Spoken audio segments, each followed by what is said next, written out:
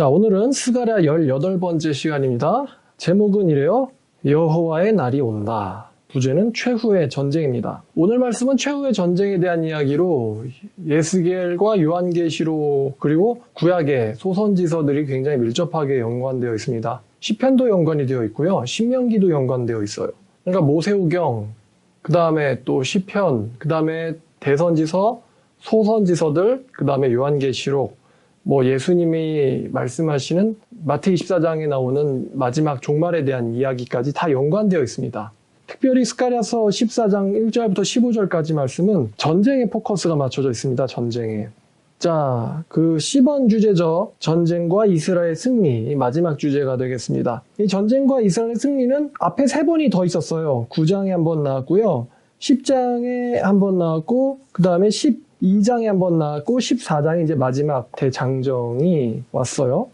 본문을 읽겠습니다. 여호와의 날이 이르리라. 그날에 내 재물이 약탈되어 네 가운데서 나누리라. 내가 이방 나라들을 모아 예루살렘과 싸우게 하리니 성읍이 함락되며 가옥이 약탈되며 부녀가 욕을 당하며 성읍 백성이 절반이나 사로잡혀 가려니와 남은 백성은 성읍에서 끊어지지 아니하리라. 그때 여호와께서 나가사 그 이방 나라들을 치시되 이 왕의 전쟁 날에 싸운 것 같이 하시리라. 그날에 그의 발이 예루살렘 앞 곧 동쪽 감람산에 서실 것이요 감람산은 그 한가운데가 동서로 갈라져 매우 큰 골짜기가 되어서 산 절반은 북으로 절반은 남으로 옮기고 그 산골짜기는 아셀까지 이를지라. 너희가 그 산골짜기로 도망하되 유다왕 우시야 때에 지진을 피하여 도망하던 것 같이 하리라. 나의 하나님 여호와께서 임하실 것이요 모든 거룩한 자들이 주와 함께하리라. 그날에는 빛이 없겠고 광명한 것들이 떠날 것이라. 여호와께서 아시는 한 날이 있으리니 낮도 아니요 밤도 아니라 어두워갈 때에 빛이 있으리로다. 그날에 생수와 예루살렘에서 솟아나서 절반은 동해로 절반은 서해로 흐를 것이라. 여름에도 겨울에도 그러하리라. 여호와께서 천하의 왕이 되시리니 그날에는 여호와께서 홀로 한 분이실 것이요 그의 이름이 홀로 하나이실 것이라. 온 땅이 아라바같이 되되 게바에서 예루살렘 남쪽 림몬까지 이를 것이며 예루살렘이 높이 들려 그 본처에 있으리니 베냐민 문에서 첫 문자리와 성 모퉁이 문까지 또 하나넬 망대서부터 왕의 포도주 짜는 곳까지라. 사람이 그 가운데 살며 다시는 저주가 있지 아니하리니 예루살렘이 평안히 서리로다. 예루살렘을 친 모든 백성에게 여호와께서 내리실 재앙은 이러하니 곧 섰을 때에 그들의 살이 썩으며 그들의 눈동자가 눈구멍 속에서 썩으며 그들의 혀가 입속에서 썩을 것이요 그날에 여호와께서 그들을 크게 요란하게 하시리니 피차 손으로 붙잡으며 피차 손을 들어 칠 것이며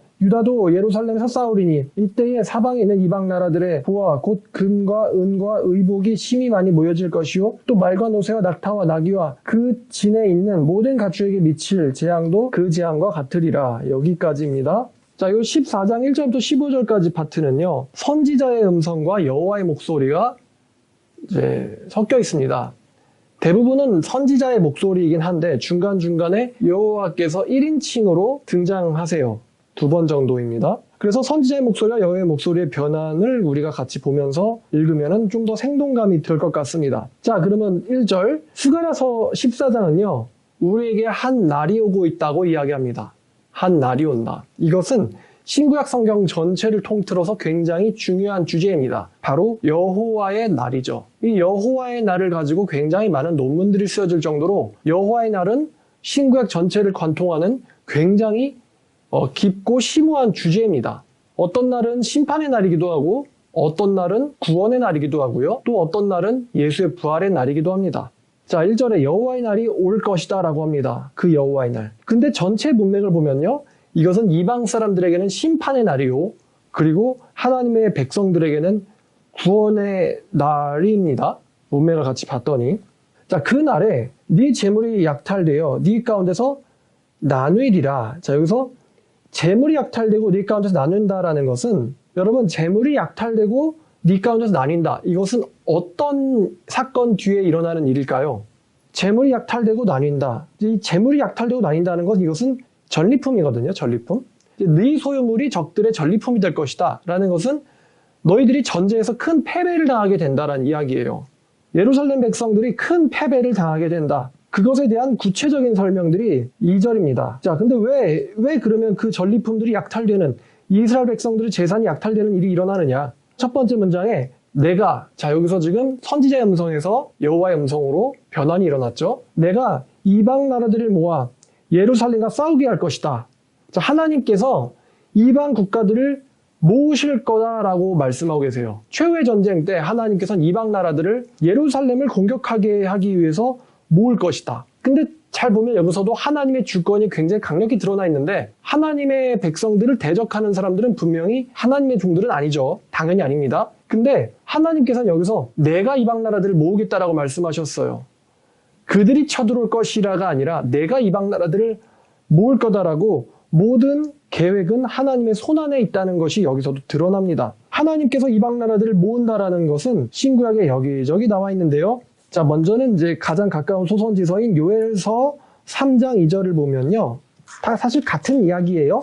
지금부터 계속 찾게 될 말씀들은요. 자, 요엘서 3장 2절을 보면은 내가 만국을 모아데리고 여호사밧 골짜기에 내려가서 내 백성 곧 내 기업인 이스라엘을 위하여 거기서 그들을 심문하리니 이는 그들이 이스라엘 나라들 가운데서 흩어버리고 나의 땅을 나누었음이로. 자, 여기서는 이제 이스라엘 백성들이 과거에 여기서 흩어졌었고 땅이 나뉘어졌다라는 이야기가 나오잖아요. 이건 이스라엘 백성들이 굉장히 큰 이제 침략을 당하게 된다는 것이거든요. 자, 11절 12절 봐야겠네요. 사면의 민족들아 너희는 속히 와서 모일지어다. 여호와여 주의 용사들로 그리로 내려오게 하옵소서. 민족들은 일어나서 여호사밧 골짜기로 올라올지어다. 내 거기에 앉아 사면 민족을 다 심판하리로다. 이렇게 말씀하시거든요. 그러니까 내가 여호사밧 골짜기에서 사면의 모든 민족들을 심판할 것이다. 너희들은 올라오라 라고 요엘서도 이제 이 자들을 모으겠다라고 말씀하고 계세요. 자, 그 다음에 에스겔서 38장 3절과 4절입니다. 에스겔서는 대선지서죠. 38장 3절과 4절. 자, 하나님께서 이제 에스겔을 통해서 말씀하시는 거예요. 자, 너는 이르기를 주 여호와께서 이와 같이 말씀하시기를 로스와 메섹과 두발 왕 구가 내가 너를 대적하여 너를 돌이켜 갈고리로 내 아가리를 꿰고 너와 말과 기마병 곧 내 온 군대를 끌어내되 완전한 갑옷을 입고 큰 방패와 작은 방패를 가지며 칼을 잡은 큰 무리와 자 6절 마지막에 많은 무리를 너와 함께 끌어내리라 라고 내가 이방의 백성들을 군인들을 전사들을 끌어내겠다라고 말씀하셨어요. 근데 여기서는 이제 아가리를 갈고리로 꿰고 끌어낸다는 건 이거는 나오지 않을 수가 없는 이거를 아주 생생하게 묘사를 한 거죠. 마치 이제 물고기가 가시를 이제 낚싯바늘을 물어버리면은 끌려 나오는 걸 피할 수가 없는 것처럼요. 하나님께서 이와 같이 이방 민족들을 강하게 끌어낼 것이다라고 에스겔, 요엘서, 그 다음에 스가랴가 말씀을 하고 있습니다. 자, 근데 이제 여기서 또 어떤 일들이 일어나냐? 본문 스가랴로 돌아오니까요. 성읍이 함락되고 가옥이 약탈되고 부녀가 이제 여기서 욕은 강간을 당한다는 이야기입니다.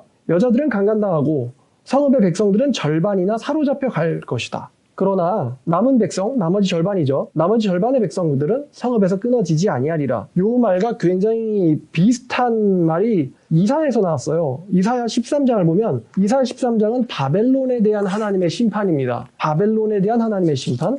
근데 13장 16절을 보면요. 자, 그들의 어린아이들은 그들의 목전에서 메어 침을 당하겠고 그들의 집은 노략을 당하며 그들의 아내는 욕을 당하리라. 여기 이사야 13장에서 바벨론이 당하게 될 일이 예언되어 있는데 여기서는 이제 이사야에서는 바벨론이 이런 일을 당하게 되는데 스가랴 14장에서는 예루살렘 백성들이 이런 일을 당하게 된다는 거예요. 예루살렘 백성들이. 그러니까 참 이 말씀을 읽으면서 왜 하나님께서는 하나님의 이제 성 예루살렘에 사는 백성들이 이런 일을 당하는 것을 허락하셨는가? 라는 이 신정론에 대한 질문을 던지게 만듭니다. 왜 하나님께서는 이스라엘 백성들에게 이러한 치명적인 수치를 당하게 하셨는가? 백성들의 절반이 사로잡히거나 죽임당하는 일이죠. 전쟁에서 남자나 여자가 사로잡히면은 노예가 되기 십상입니다. 노예가 되든가 죽임을 당하거나.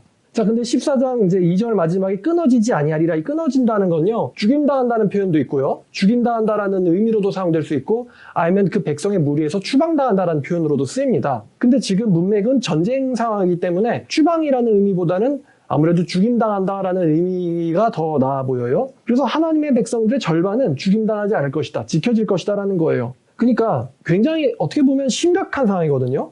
지금 상황은 이스라엘 백성들의 절반이나 욕을 당하고 또 붙잡혀가고 죽임을 당하는 굉장히 심각한 상황입니다. 여러분 한번 생각해 보시죠. 서울 도시의 인구가 1000만입니다. 근데 1000만 명 중에 절반이 500만 명이 전쟁 중 죽임을 당하거나 약탈을 당하거나 아니면 강간을 당하는 어떤 상황인 것 같아요, 이게?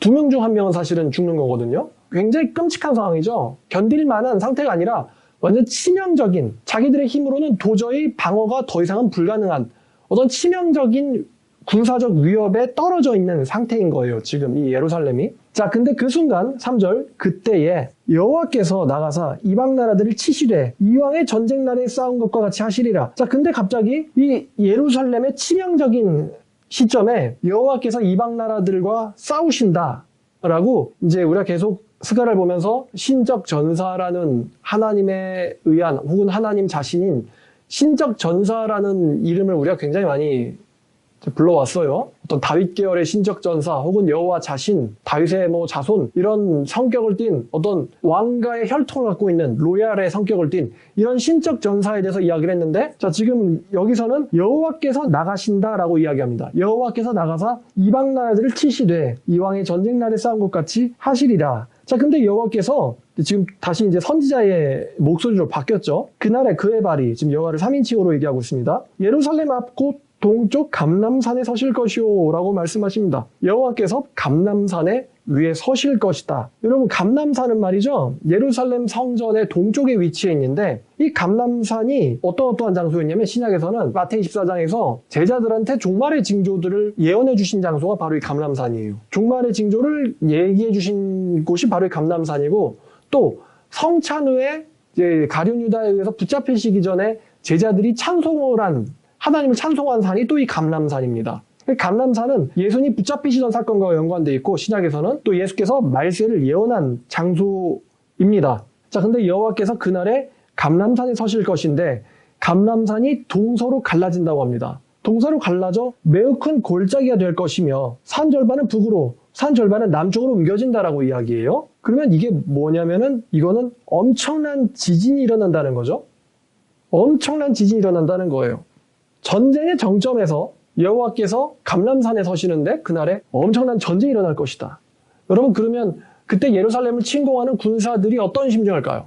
예루살렘 공략전을 하고 있는데 엄청난 지진이 일어납니다. 여기에 대한 목소리가 요한계시록 6장에 나와 있어요. 자, 요한계시록 6장 자 12절부터 볼게요. 12절 내가 보니 여섯째 인을 떼실 때에 큰 지진이 나며 해는 검은 털로 짠 상복같이 검어지고 다른 온통 피같이 되며 하늘의 별들이 무화과 나무가 대풍에 흔들려 설익은 열매가 떨어지는 것 같이 땅에 떨어지며 하늘은 두루마리 말리는 것 같이 떠나가고 각 산과 섬이 제자리에서 옮기우매 땅의 임금들과 왕족들과 장군들과 부자들과 강한 자들과 모든 종과 자유인이 굴과 산들의 바위 틈에 숨어 산들과 바에게 말하되 우리 위에 떨어져 보좌 위에 앉으신 이의 얼굴에서와 어린 양의 진노에서 우리를 가리라. 그들의 진노의 큰 날이 이르렀으니 여기서도 어떤 한 날이 거론되고 있죠. 누가 능히 그들 앞에 서리요. 이렇게 이제 이 전쟁하러 나온 장군들, 병사들의 심정을 대변하는 게 바로 요한계시록 6장에서 또 나와요. 자, 좀 더 넘어가면은 요한계시록 19장 14절에서 하늘에 있는 군대들이 휘고 깨끗한 세마포 옷을 입고 백마를 타고 그를 따르더라라고 합니다. 여기서 그를 우리는 이제 예수님이라고 알고 있습니다. 근데 이제 구약적인 개념으로 바꿔서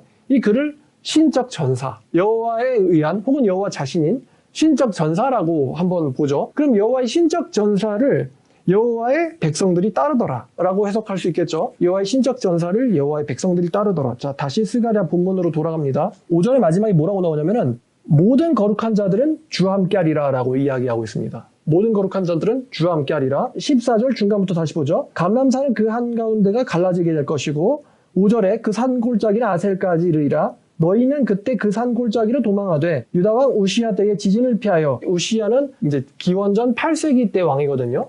8세기 중반에 지진이 일어났었는데 우시야 왕 때의 지진을 피하여 도망하던 것 같이 하리라. 나의 하나님 여호와께서 임하실 것이요 모든 거룩한 자들은 그분과 함께하리라 라고 나와 있습니다. 신약과 굉장히 흡사하죠. 여기 보면은 여호와 대신에 하나님 임하신다라고 이야기하고 계시거든요. 근데 하나님이 임하신다라는 것은요 당연히 이제 여러분들에게는 굉장히 중요하죠. 이거는 예수님의 재림과 굉장히 일맥상통한 주제예요. 요한계시록 1장 8절을 보면요. 요한계시록은 예수의 재림과 하나님의 재림을 사실은 동일한 것으로 봅니다. 1장 7절은 인자의 재림을 예언을 하고 있는데 1장 8절은요. 여호와의 임하심을 이야기합니다. 그러니까 구약에서는 예수님이 드러나질 않았잖아요. 그래서 예수의 재림을 사실은 여호와의 임하심으로 표현을 한단 말이에요. 구약은. 근데 신약은 그 여호와의 임하심과 예수의 재림이 같이 융합이 됩니다. 그래서 요한계시록 1장 7절에는 인자가 오시리라. 근데 8절에는요. 주 하나님이 나는 장차 올 자요 라고 자기를 소개하세요. 나는 장차 올 자요. 한 구절만 제가 읽고 바로 본문으로 할게요. 디모데전서 6장 15절에는 기약 이르면 하나님이 그의 나타나심을 보이시리니 라고 이야기합니다. 이건 사도 바울의 말이죠. 하나님이 그의 나타나심을 보이실 것이다. 사도 바울 역시 예수의 다시 오심과 하나님의 임하심을 같이 이야기하고 있는 사도예요. 자, 스가랴 14장으로 돌아가서 그 중에 이제 절반은 끊어지지 않는다 그랬잖아요. 그 거룩한 자들은 주와 함께 할 것이다. 요한계시록은 하늘의 군대들이 그와 함께 할 것이다 라고 나와 있습니다. 자, 6절을 보니까 그럼 지금 이게요, 계속 그 날에 대해서 반복해서 우리한테 설명을 해주고 있어요. 어떤 한 날에 대해서. 그날에 어떤 일이 일어나냐면은 빛이 없겠고 광명한 것들이 떠날 것이라. 그날에 빛이 없겠고 광명한 것들이 떠날 것이라. 그날에는 빛도 없을 것이다. 해나 달이나 별의 빛들이 지구에 도달하지 못할 것이다. 이것은 천재지변 혹은 천체적인 혹은 대기의 이변을 가리킵니다. 대기 이변을 가리켜요. 여러분, 창세기에서 하나님이 처음으로 창조한 게 뭐였죠? 바로 빛이었어요. 근데 하나님께서 빛을 창조하기 전에는 뭐가 있었습니까? 어둠이 가득했습니다. 성경에는 혼돈이 가득했다고 해요. 7절을 보니까 여호와께서 하시는 한 날이 있을 것이다. 또 한 날이 등장하고 있죠. 이 한 날에 어떤 날이냐면 낮도 아니요 밤도 아니라 어두울 때 빛이 있으리로다 라고 말하고 있습니다. 6절에서는 빛이 없다 그랬어요. 광명한 것들이 떠날 거라고 얘기했습니다. 그런데 7절에서는 광명한 것들이 떠나니까 빛이 없겠죠. 낮도 아니고 밤도 아니라 그런데 어두울 때에 빛이 있으리로다 라고 이야기하고 있습니다. 여러분, 요 14장 7절 말씀과 굉장히 흡사한 구절이 있는 성경이 있는데 어딜까요?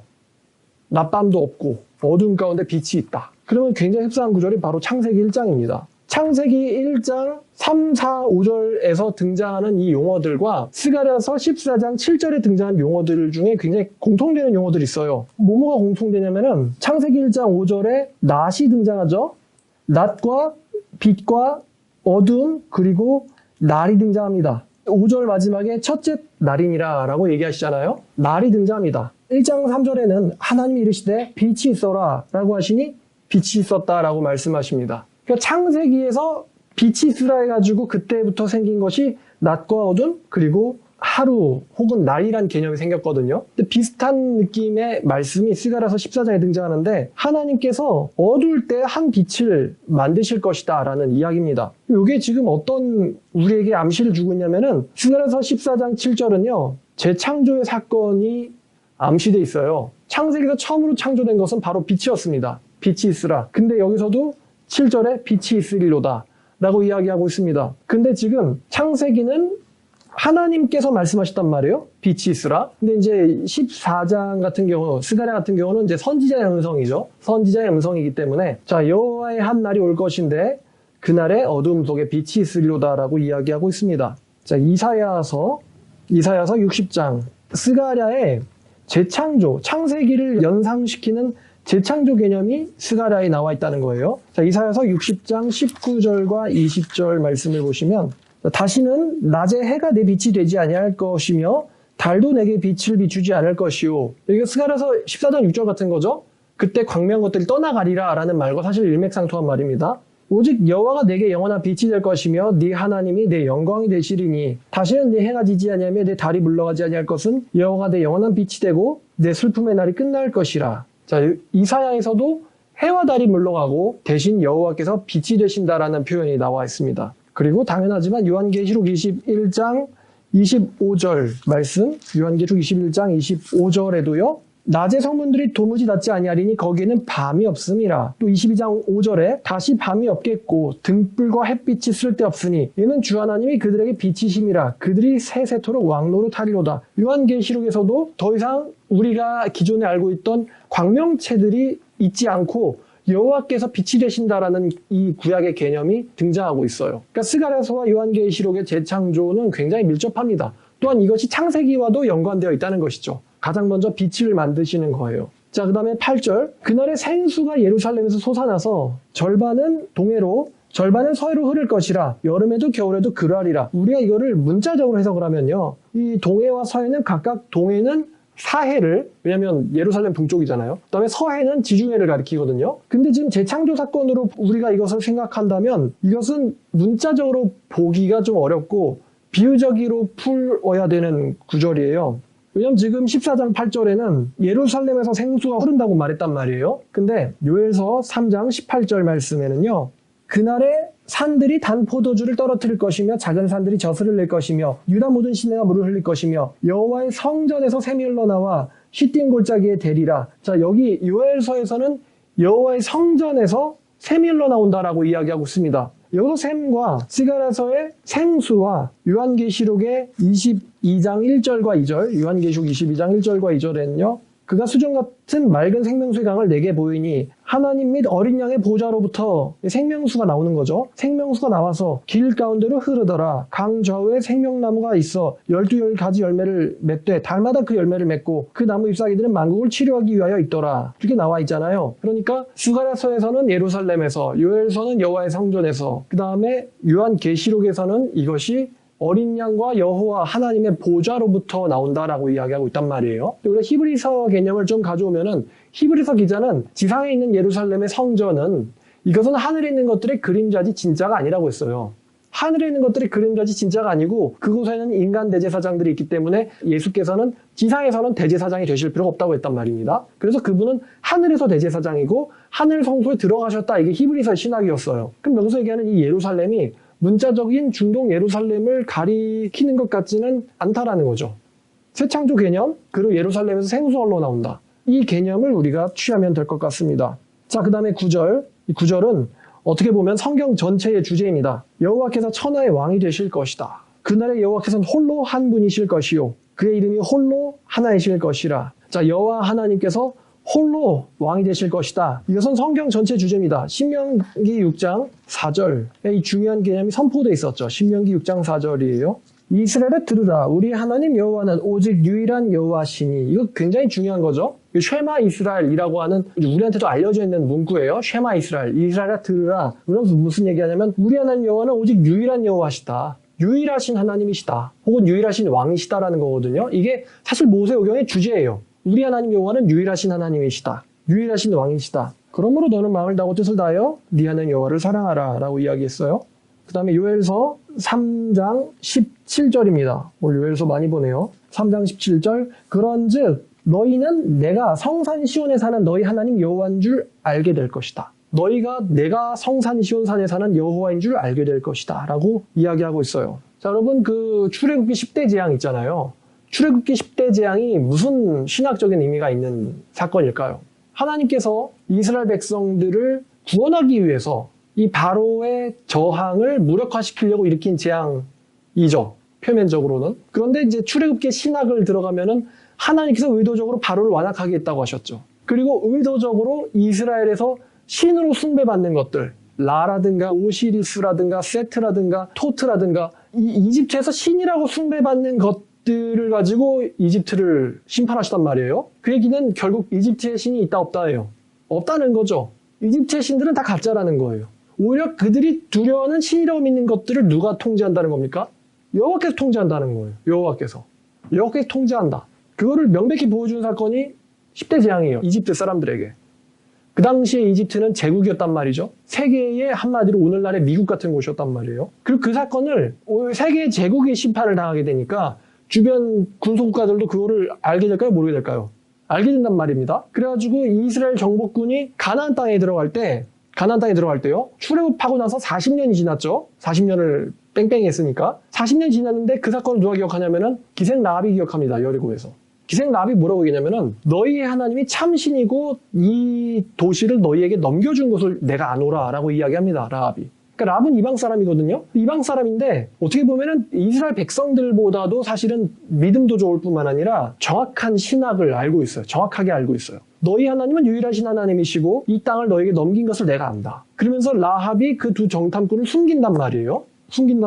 그러니까 이 가나안 정복전에서도 이 주변 이방 민족들이 하나님은 유일하신 홀로 한 분이시라는 것을 알게 됩니다. 그 비슷한 일이 스가랴서에서도 요한계시록에서도 쭉 등장한다는 거예요. 그러니까 성경 전체적인 주제가 바로 홀로 하나이신 여호와 하나님입니다. 이게 성경 전체 주제예요. 자, 그래서 14장 9절 여호와께서 천하의 왕이 되시리니 홀로 한 분이실 것이요 그의 이름은 홀로 하나이실 것이라. 그다음에 이제 10절 온 땅이 아라바같이 되되 게바에서 예루살렘 남쪽 리몬까지 일 것이며 예루살렘은 높이 들려 그 본처에 있으리니. 자, 우리가 지금 여기서 예루살렘이 높이 들렸다라는 표현도 좀 기억해야 될 것 같아요. 예루살렘 높이 들렸다. 그리고 7절에 재창조 사건과도 연관시키면은 하나님께서 새롭게 재창조된 예루살렘을 지금 가리키는 거예요. 근데 그때 예루살렘이 어떻게 될 것이냐? 예루살렘과 온 땅은 아라바같이 된다라고 했는데 이 아라바는요, 구약에서는 출굽해서 나온 백성들이 광야를 거쳐가지고 가나안으로 들어가기 위해 지나갔던 지역이에요. 신명기 1장 1절에 나오는 가나안으로 들어가기 위해 거쳐갔던 지역인데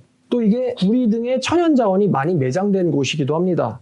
아라바는 팔레스타인을 남쪽으로 가로지르는 저지대 지역을 가리킵니다. 근데 이게 중요한 통행로였어요. 또 이 스가랴 시대에는 왕의 통행로라고 불리는 곳이어서 이 아라바 지역을 소유하게 된다는 것은 굉장히 부유하게 된다는 의미를 갖고 있습니다. 아라바는 중요한 교통로였기 때문에 아라바 지역을 차지한다는 건 굉장히 부유하게 된다라는 이 부유함을 얻게 된다는 의미를 가집니다. 지금 현재 아라바는 사막같이 돼 있어요. 사막이에요. 사막과 비슷해요. 그건 이제 황무지에 조금씩 초목이 조금 정도 있는, 사람이 거의 살지 않는 그런 곳이란 말이에요. 스가랴 낭대로 가면은 이 아라바는 굉장히 부유함을 상징하는 지역이었다는 것입니다. 자, 예루살렘이 높아질 것이다 라고 이야기합니다. 예루살렘이 높아질 것이다. 사도 바울이 갈라디아서 4장에서 위에 있는 예루살렘이라는 표현을 쓴 적이 있어요. 땅에 있는 예루살렘과 위에 있는 예루살렘. 그 다음에 요한계시록 21장에는 새 예루살렘이 하늘로부터 하늘에서 내려온다라는 표현이 21장 1, 2절에 나와 있습니다. 21장 2절 거룩한 성 새 예루살렘이 하나님께로부터 하늘에서 내려오니라는 거죠. 그러니까 사도 요한은 아예 그 예루살렘을 새 예루살렘이라고 부릅니다. 새 예루살렘이라고 부르고 스가랴서는 그 예루살렘이 높이 들린다. 그래서 그 본처에 원래 있던 곳에 있게 될 것이다 라고 이야기합니다.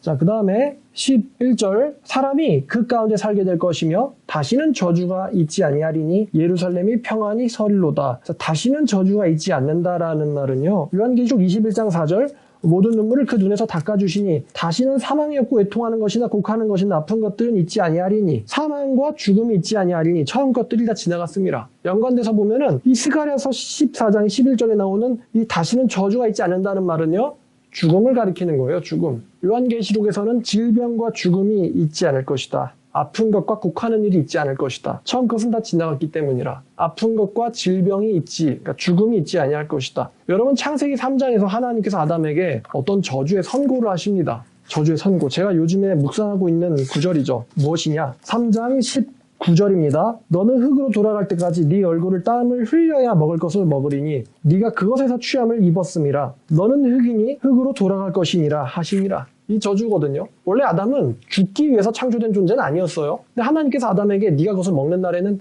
반드시 죽을 거라고 얘기했거든요. 근데 반드시 죽는다라는 표현을 이제 다른 시적으로 표현하면은 흙으로 돌아간다라는 거죠. 근데 하나님께서 너는 흙이니 흙으로 돌아가라. 이거는 분명 하나님이 원래 아담에게 정해놨던 운명이 아니고 아담의 타락 때문에 선고받은 운명이란 말이에요. 그러니까 저주라는 거죠. 죽음의 저주. 흙이니 흙으로 돌아가라. 근데 스가랴 14장에서는 다시는 그 죽음이 있지 않을 것이다. 저주가 있지 않을 것이다 라고 이야기하고 있어요. 자, 다시 한번 그 날에 일어날 일들을 스가랴서는 반복합니다. 어떤 한 사건이 계속해서 반복해서 다양한 각도에서 설명을 하고 있어요. 자, 12절 예루살렘을 친 모든 백성에게, 예루살렘을 공격에 참가했던 백성들에게 여호와께서 내리실 재앙이 열거되는데 곧 섰을 때에 그들의 살이 썩으며 그들의 눈동자가 눈구멍 속에서 썩으며 그들의 혀가 입속에서 썩을 것이요 그날에 여호와께서 그들을 크게 요란하게 하시리니. 근데 여러분, 살이 썩고 눈이 썩고 혀가 썩는다.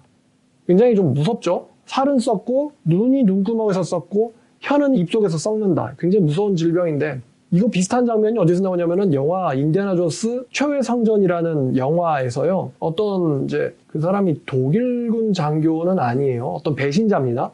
어떤 배신자가 성배를 잘못 골라가지고 마시거든요. 성배를 잘못 골라서 마시면서 어떻게 죽냐면은 급격히 노화가 일어나면서 눈과 혀와 피부가 썩습니다. 그렇게 죽어요. 좀 징그러운 장면입니다. 근데 아마 요 구절을 읽고는 그런 죽음을 묘사한 게 아닐까라는 싶은 생각이 드네요. 자, 첫 번째는 뭐냐면은 그들에게 내리실 심판은 첫 번째는 전염병입니다. 살과 눈과 혀가 썩는 질병. 두 번째는요, 혼란입니다. 13절 그날에 여호와께서 그들을 크게 요란하게 하시리니 피차 손으로 붙잡으며 피차 손을 들어 칠 것이며, 그 다음에 세 번째는요, 복병입니다. 유다의 전사들이 등장하는데 유다도 예루살렘에서 싸우리니 이때에 사방에 있는 이방 나라들의 보화 곧 금, 은, 의복이 심히 많이 모여질 것이요. 전염병과 혼란과 복병에 의해서 큰 사륙이 있다는 거죠, 이날에. 근데 유다가 예루살렘을 위해서 싸운다라고 했을 때 여러분 예수님은요 이제 메시아는요 구약에서 유다 지파며 다윗의 뿌리로 종종 묘사됩니다. 유다의 사자며 다윗의 뿌리로 종종 묘사가 되고 있거든요. 근데 여기서 유다가 예루살렘을 위해서 싸운다라는 표현이 우리가 이렇게도 볼 수 있지 않을까 싶어요. 요한계시록 19장 11절에 요한계시록 19장 11절 내가 하늘이 열린 것을 보니 보라 백마와 그것을 탄 자가 있으니 여기서 백마와 그것을 탄 자를요 유다의 자손이라고 한번 표현을 해보죠. 유다의 자손. 유다의 자손이 있으니 그 이름은 충신과 진실이라 그가 공의로 심판하며 싸우더라. 근데 이 19장에서 요한계시록 19장에서 엄청난 사륙전이 있어요. 사륙전. 그리고 이제 14절에는 아까 언급했지만 하늘의 군대들이 등장합니다. 그 다윗의 자손을 따르는 자들. 다윗 계열의 왕의 혈통을 가진 신적 전사를 따르는 자들이 14절에서는 등장을 하죠. 계시록. 근데 이제 실가랴 14장 14절에서도 유다가 예루살렘을 위해서 싸울 것이며 사방에 있는 이방 백성들이 굉장히 많이 모여들 거다라고 합니다. 그러니까 이제 지금 전멸시키려고 모였는데, 그러니까 자기들 생각에서는 전멸을 시킬 줄 알았죠, 이스라엘을. 이 이스라엘을 전멸시킬 줄 알았는데 오히려 지금 절반밖에 못 죽이고는 이상한 현상이, 놀라운 현상이 일어난 거예요. 하나님의 재림과 같이 지진, 전염병, 교란, 복병이 있었던 거죠. 그래서 오히려 살육을 당하게 된 게 이스라엘 백성이 아니라 이제 역전이 된 거예요, 전쟁에서. 오히려 자신들이 살육을 당하게 됐고 자신들이 가져온 것이 오히려 이스라엘 백성들에게 전리품이 돼버리고 맙니다. 자기들이 처음에는 전리품을 취했는데 나중에는 오히려 자기들 것이 전부 다 전리품이 돼버립니다, 이스라엘 백성들에게. 자, 15절 또 말과 노새와 낙타와 나귀와 그 진에 있는 모든 가축에게 미칠 재앙도 그 재앙과 같으리라. 이 살이 썩고 눈이 썩고 혀가 썩는다. 이게 현대전으로 표현하면은 방사능, 핵전쟁에 의한 방사능 낙진을 가리킨다라고 보는 사람도 있어요. 핵전쟁에 의한 방사능 낙진을 가리킨다라고 보는 사람도 있고, 근데 이게 요한계시록 16장을 가면 여호와의 날이 임하기 전에 이 세상 백성들에게 일어날 심판들, 마지막 최후 심판들 중에 마지막이 이게 대접 심판인데, 대접 심판의 첫 번째와 다섯 번째가 전염병이에요. 뭐라고 표현을 했냐면은 16장이라고 그랬죠. 자, 16장 2절에 첫째 천사가 그 대접을 땅에 쏟음에 짐승표를 받은 자들과 그 우상에게 경배하는 자들에게 악하고 독한 종기가 난다라고 했습니다. 종기가 나더라. 종기가 나더라. 그리고 10절에는 다섯째 천사가 그 대접을 쏟음에 다섯 번째 심판이죠. 짐승의 왕자에 쏟으니 곧 그 나라가 어두워지며, 여기도 지금 어두워진다 나오죠. 이 어두워지며, 이 어두워진다와 스가랴서의 그날의 해와 달의 광명한 것들이 떠나가리라 14장 6절과 또 연관이 되는 것 같아요. 어두워지며 사람들이 아파서 자기 혀를 깨물고 아픈 것과 종기로 말미암아 하늘의 하나님을 비방하며 라고 나옵니다. 그들의 행위를 회개치 아니하더라. 근데 지금 여기서 이걸 구약에 있는 걸 그대로 가져오면은 종기로 인하여 살이 썩고 눈이 썩으며 혀가 썩는다라고 표현을 하면 됩니다. 근데 이제 요한계시록, 그러니까 사도 요한은요, 구약을 변형해가지고 인용하는 특징이 있어요. 구약을 그대로 긁어오진 않습니다. 변형을 해서 가져와요. 그럼 종기로 인하여 사람들이 너무 아파서 혀를 깨문다고 했거든요. 이게 지금 종기, 혀를 깨문다, 이것들은 다 피부에서 일어나는 질환들이에요. 아픈 것과 종기, 눈이 썩는다, 혀가 썩는다, 피부에서 일어나는 질환들입니다. 전염병을 가리키죠. 전염병을 가리킵니다. 보통 그 낙진은 이제 그 영역에 있는 사람, 방사능 지역에 피폭된 사람들에게만 일어나는데 이 전염병은 퍼지거든요. 근데 요한계시록 보면 지금 이거는 짐승에게 속한 자들에게 지금 전염되는 일들이에요. 여러분, 지금 우리는 팬데믹 시대에 살고 있죠? 이렇게 과학기술이 발전해가지고 1만 킬로나 떨어진 곳과 실시간으로 화상통화를 하는 시대, 화성에 로봇을 보내고 우리가 지금 화성에 있는 지역을 아주 고화질 카메라로 관찰할 수 있는 시대거든요, 화성을. 어떤 사람들은 달도 안 갔다 왔다고 하는데 실제로 우리는 구글 지도로 화성도 볼 수 있어요. 그런 시대를 사는데 지금 이상한 전염병, 요 코로나 바이러스를 막지 못해가지고 전 세계가, 우리나라도 마찬가지고 엄청 고통을 당합니다. 말도 안 돼. 어떻게 이런 전염병을 못 막나, 현대기술로. 근데 못 막아요. 미국도 정말 크게 피해를 받고요. 못 막습니다. 어떻게 보면 인간의 기술의 교만에 대한 신의 심판이겠죠. 근데 성경은 그 코로나 바이러스와는 비교도 되지 않는 살이 썩고 눈이 썩고 혀가 썩는, 사실 죽게 된다는 소리거든요. 그 정도 질병이면은. 어마어마한 질병이, 그런 전염병이 있다는 거예요.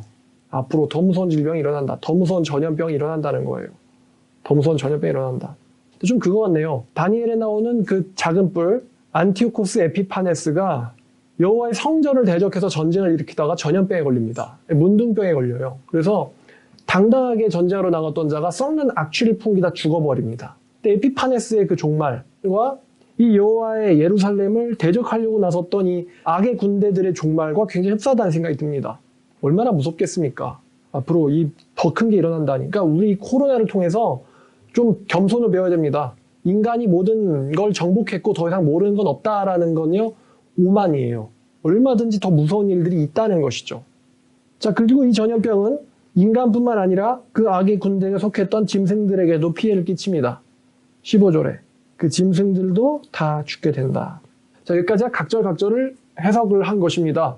빠르게 정리하면 이렇습니다. 한 날이 옵니다. 그날의 이방 나라들은 여호와에 의해서 이스라엘 점령전을 벌일 것입니다. 이스라엘 점령전을 하도록 이제 함정에 빠진 것이죠. 여호와에 의해서. 그래서 이스라엘이 절반이나 죽거나 능욕을 당하고 약탈당합니다. 그때 여호와께서 강림해서 남은 백성들을 구원을 합니다. 여호와께서 강림하였던 그날에 거대한 지진이 일어날 것이고 올리브산은 갈라져 계곡이 되며 천하의 빛이 사라집니다. 그러나 그날에 여호와께서 빛을 만드실 것이며 예루살렘에서 생수를 공급하실 것입니다. 그리고 여호와는 그날 홀로 왕이자 신이 되실 것입니다. 원래 신이신 분이시지만 이방 민족들에게도 그렇게 선포된다는 것입니다. 그리고 새롭게 창조된 그 땅은 아라바라는 단어를 썼는데 굉장히 비옥한 땅이 될 것이고 그 땅에서 그의 백성들은 평안하게 그리고 죽음의 저주의 고통 없이 살게 될 것이다 라는 것이 이스가랴 14장 1절부터 15절까지의 내용입니다. 어떻게 보면 요한계시록과 굉장히 닮아있는 내용입니다. 자, 그래서 여호와의 날 14장은요 14장 1절부터 15절까지는 여호와의 날, 다시 말하면 최후의 전쟁을 다룹니다. 근데 우리는 이 최후의 전쟁이 어떤 양상이 될지 전혀 상상조차 할 수 없어요. 에스겔에서는 북쪽에서 로스를 갈고리로 꿰어가지고 또 요엘서에서는 사방 민족을 또 스가랴에서는 이방 민족들을 다 모아서 예루살렘을 공격시킬 것이다. 이게 예수님의 예언에도 좀 비슷하죠. 이방에 의해서 짓밟힌다라는 누가복음의 예언과도 비슷하고 또 요한계시록에서도 그런 말 있었잖아요. 하나님의 사랑하시는 성을 이 사탄의 군대들이 두릅니다. 근데 하늘에서 불이 나와서 그들을 사른다고 그랬어요. 거룩한 성을 중심으로 악의 군대가 이 마지막 순통을 끊기 위해서 하나님의 백성들의 순통을 끊으려고 몰려드는 장면이 신구약에서 예언이 돼 있죠. 우리가 이게 어떤 양상이 될지 모른다는 거예요. 그러나 지금 하나님의 통치에 들어가지 못한, 지금 현재 21세기에 하나님의 통치에 들어가지 못한 이 악의 군대가 여전히 강력합니다. 북한도 하나님의 통치 안에 들어가 있지 않죠. 중국도 마찬가지고요. 러시아도 사실은 비슷하다고 볼 수 있겠죠. 또 로마 천주교도 마찬가지고요. 이슬람은 말할 것도 없습니다. 이 악의 군대가 여전히 남아있는데 이것들이 어떻게 합류해가지고 연합해서 하나님의 백성들을 멸절시키기 위해서 모여들지 우린 그 양상을 정확하게 읽어낼 수는 없어요. 그런 신구에서는 그것들이 여기저기서 전부 예언되어 있다는 것입니다. 그리고 우리 대한민국 사람들도 혹은 크리스찬들도요 본능적으로 알고 있는 것 같아요. 그 무서운 날이 오고 있다는 걸 말이죠. 오고 있다. 아무래도 대한민국은 휴전국가이기 때문에 그 무서운 날이 온다라는 것을 다른 나라 사람들보다는 잘 알 것 같습니다. 그 무서운 날이 오고 있다. 그러나 그날에 굉장히 많은 사람들이 죽게 될 것이지만 여호와의 남은 자들은 끊어지지 않을 거다.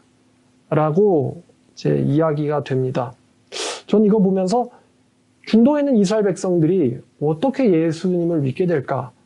그거 역시 그려지지 않아요. 굉장히 완악하거든요, 그 사람들. 어떻게 그럼 하나님이, 스가랴서를 보면 또 이런 게 큰 질문으로 떠오르는데, 왜 하나님은 이방 나라들을 끌어들여가지고 이스라엘 점령전을 계획했을까? 그리고 전혀 그냥 피해보지 않고 구해주는 게 아니고 절반은 죽어요. 절반은 크게 고통을 당합니다. 그러나 그 가운데서 남은 절반을 지켜준다는 거예요.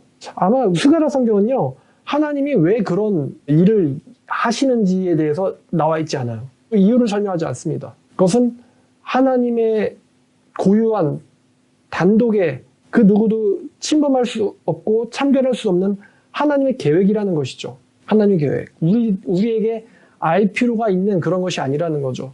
그런데 제가 추측을 해보면은 하나님의 그런 고통들을 자기 백성들한테 주시는 이유는 하나님만을 의지하게 하기 위한 어떤 시련과 시험이라는 생각이 듭니다. 하나님만을 의지하게 하기 위한 어떤 시험이나 시련일 거예요. 그럼 이 예루살렘 점령전에서 우리 이방인 크리스찬들은 어떤 위치에 있을까? 이 역시 스가랴 성경은 지금 이방인들을 다루질 않아요. 이방인들은 여기서 어디까지나 적대 세력으로 다루지 예루살렘에 속한 아군 세력으로 다루질 않습니다. 여기서 이방 세력은 어떤 이 예루살렘 점령전에서 어떤 포지션에 있을까? 이런 생각도 하게 만드는 성경이에요. 이런 일이 제 생애에 일어날 것 같기도 한데 만날 수도 있겠죠. 언제인지 모르니까. 여호와의 날이 언제 올지는 모르니까요. 어떤 사람은 2027년이라고 정확하게 예언을 했더라고요. 근거는 없죠, 당연히. 왜냐면 아무도 모른다고 했는데 아들도 모르고라고 말씀하신 그 날을 어떤 목사는 알고 있습니다. 아들도 모르는 걸 알고 있대요. 재밌는 사람이죠. 자, 그럼 우리는 어떻게 이 말씀을 받아야 될까요? 우리 이방인 크리스천들은 하나님의 역사심을 믿고 또 하나님의 계획을 믿고 이런 무서운 날, 여호와의 날에 눈이 썩는 자가 될 것이냐, 아니면 여호와에서 지킴받는 그 끊어지지 아니하리라 하는 여호와의 보호를 받는 백성으로 남을 것이냐. 우리 이방인에게는 이런 도전이 남는 것 같습니다. 썩는 자가 될 것이냐, 지켜지는 자가 될 것이냐, 다시는 저주가 함께하지 않는 자가 될 것이냐, 아니면 저주받아서 끊어지는 자가 될 것이냐. 이런 교훈을 우리에게 남겨줍니다. 담대하고 믿음으로 우리의 신앙을 무장하는 저와 여러분 됐으면 좋겠습니다. 이제 마지막 한 강 남았는데, 한 강은 이제 16절부터 마지막까지이고요. 자, 기도하겠습니다. 하나님 감사합니다. 오늘 최후의 날이 온다, 여호와의 날이 온다라는 주제로 스가랴서 마지막 전쟁에 대한 예언을 살펴봤습니다. 아버지, 이 날이 이것이 어떻게 성취될지 우리들은 감히 예상도 못합니다. 그러나 분명한 것은 하나님께서 계획하셨으니 될 거라는 것입니다. 아버지, 그날에 우리가 하나님께 속한 자로서 아버지와 함께하는 자 되게 하옵시고, 여기서 그 누구도 떨어지지 않도록 믿음으로, 순수한 믿음으로 저희를 변화시켜 새롭게 해주시옵소서. 감사드리며 예수님의 이름으로 기도드렸습니다. 아멘.